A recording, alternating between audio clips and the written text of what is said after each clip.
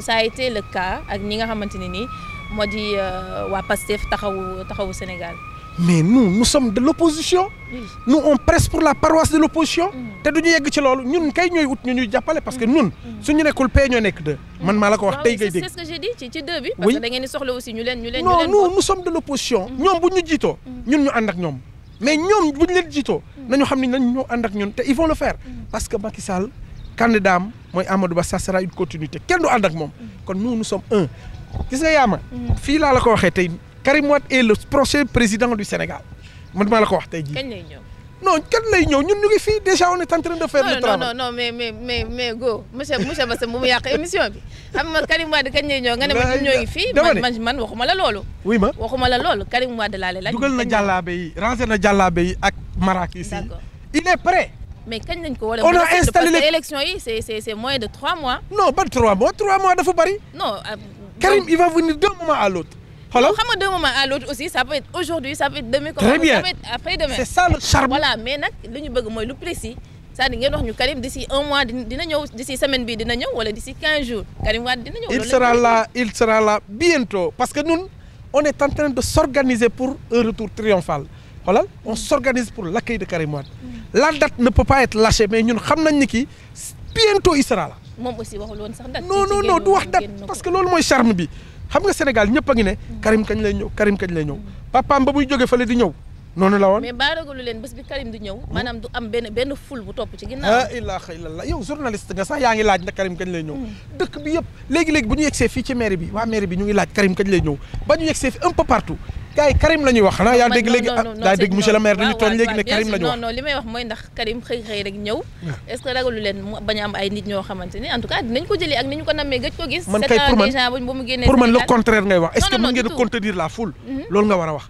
est-ce que dina mën a contenir waaw kay loolu nga war a wax nous on soucie comment on va faire pour encadrer cette foule là nag état bi nag bu mu siisu nag nañu encadrer GMI bu leen dóor bu leen saaga yéen encadrer rek lañ leen wax ñun xeexu ñun xulawuñu dañuy jëli waaj yi dañuy def marche bleue jóge aéroport dugg Sénégal mel ni lu ma bañ a tudd ba pare ñu def une tournée extraordinaire ndax mën nañoo contenir les foules ñun loolooy suñ problème mais du ndax dinañ am fi ñu loolu mooy suñ problème na nit ñi ànd ak tey yéen laay wax nag yéen Sénégalais donte ne amul date. donte ne date amul. non on va communiquer sur ça. on attend le moment opportun nee naa leen Karim Wade. il attend toujours le moment opportun pour parler aux gens. tey boo demee ci réseaux sociaux yi il prend le temps nécessaire. le moment nécessaire pour dire que lii la ñuy def.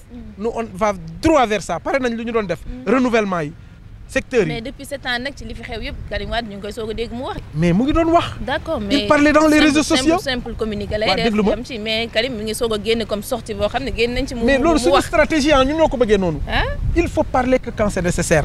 Sénégalais yi li fi jàll yëpp c'était pas nécessaire. si il le faisait. oui xoolal chaque tabaski.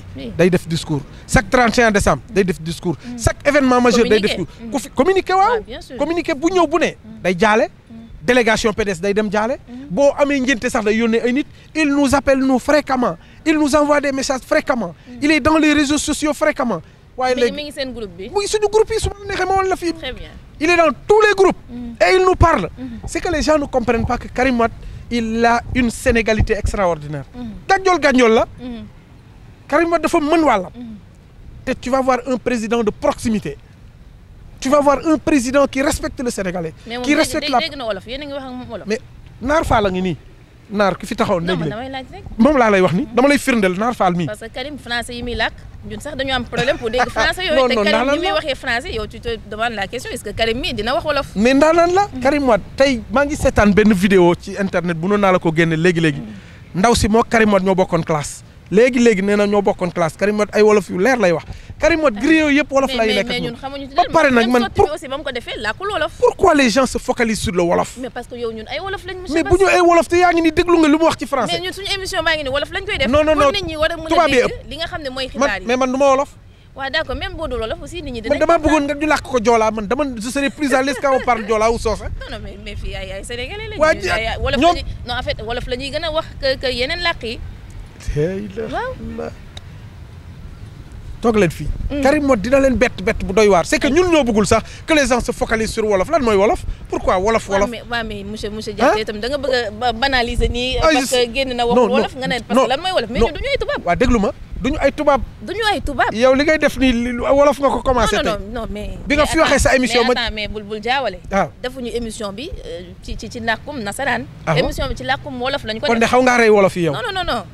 non mais parce que dafa am terme yoo xamante ne en politique. Yaama pour nga wax ko ci wolof dafay. Karim Wade quand le moment opportun viendra il va vous parler. Il va vous parler wolof. Le moment n'est pas opportun. Non, pour qu'il vous parle. Comme wolof, la réponse est là. Les griots là, ils leur parlent. Naar Fall mi.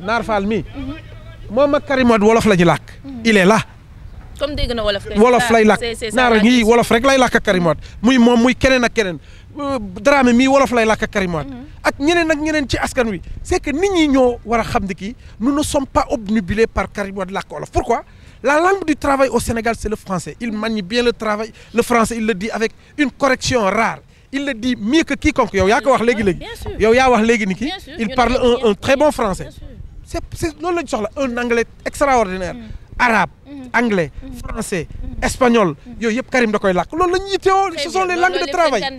maa la wax alors ñu jeexalee un peu ak sa taxawaay ci fi nga xam ne moo di Guédiawaye gannaaw bu fii lañ la fekk aujourd'hui monsieur Bassirou Diatta est-ce que mën nga ñu wax sa yëngu-yëngu ak représentativité bi nga xam ne am nga ko fii au niveau de la ville de Guédiawaye. Une importante question parce que déjà fekk nañ la ci li nga xam ni mooy fi ñu fekk mooy ci maire Ahmed Aïdara. donte ne bokkoo leen fi ngeen far mais voilà.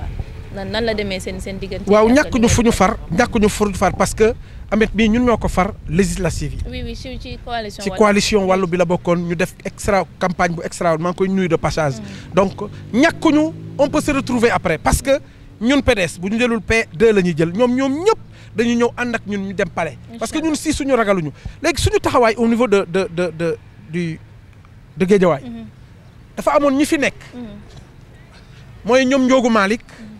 ñoom Woré Sarr et cetera ak ñu pour citer que ñoom ñaar ñoo fi yoroon lengay depuis Matousalem jamonoy Blaise Diagne ba tey ñoom ñoo yoroon parti bi léegi nag ñun ñëw nañu fekk si leen bëgg leen a dimbali prendre la relève am na ci ñoo xam ne nag d'accord ñu mais ay moment de tiraillement la rek mais ñoo bokk fu ñu jëm chaque jour parti bi won leen ni kii nous sommes représentatifs parti bi woneyaat na ko tey jii génnee benn lettre benn bataaxal buy wane ni kii man maay mandataire u PDS ñu jël Ngouda Dione toftal ko sama ginnaaw parce que Ngouda Dione bi ñu doon def élection yi fii Guédiawaye au niveau de Golf Sud ñun ñoo ko jiite lu bari ñoo ko gagné.